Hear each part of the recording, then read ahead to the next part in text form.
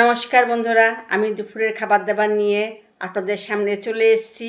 প্রচণ্ড গরম, কারেন্ট চলে গেছে, তো গরমে দেখতেই পাচ্ছে ঘেমে নিয়ে একাকার কাণ্ড। তা আমি খাবার নিয়ে বসেছি আর কারেন্টটা হুশ করে চলে গেল। দেখেছ কি গরম কি গরম।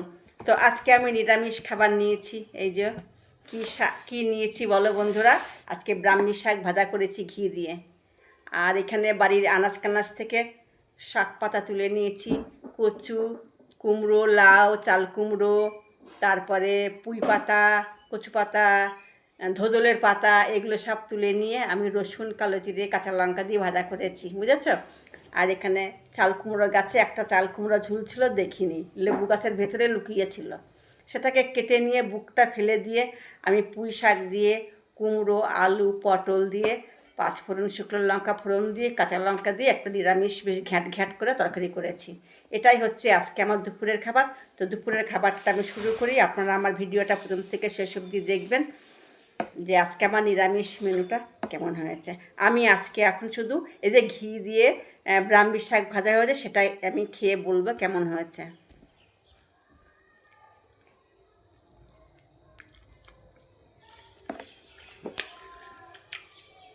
দারুণ।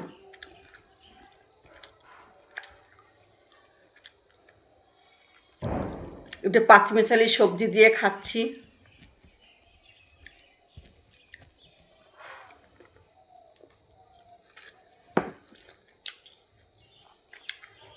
এই সবজির যে কী স্বাদ আর কী টেস্ট বন্ধুরা, তোমরা একবার বাড়ির আনাজ কানাজ থেকে শাক সবজি তুলে নিয়ে রান্না করে দেখো, অপূর্ব, অসাধারণ, যেন মনে হচ্ছে অমৃত খাচ্ছে, এত টেস্ট হয়েছে জানো, এত সুন্দর হয়েছে। এর মধ্যে সজনের পাতাও আছে। দেখি, গাছের চাল কুমড়ো শুকিয়ে গেছিলো, পেরেছি,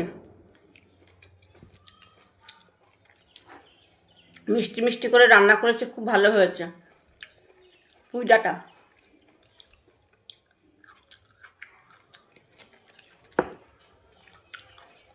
দারুণ হয়েছে বন্ধুরা। রাখছি, সবাই ভালো থাকবেন, সুস্থ থাকবেন, টাটা।